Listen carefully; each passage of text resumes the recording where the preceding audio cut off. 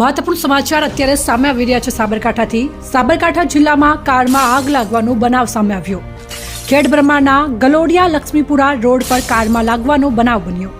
કારમાં આગ લાગવાને લઈ ખેડબ્રહ્મા ફાયર બ્રિગેડને જાણ કરવામાં આવી તો ફાયર બ્રિગેડની ટીમે ઘટના સ્થળે પહોંચી આગ ઉપર કાબુ મેળવ્યો।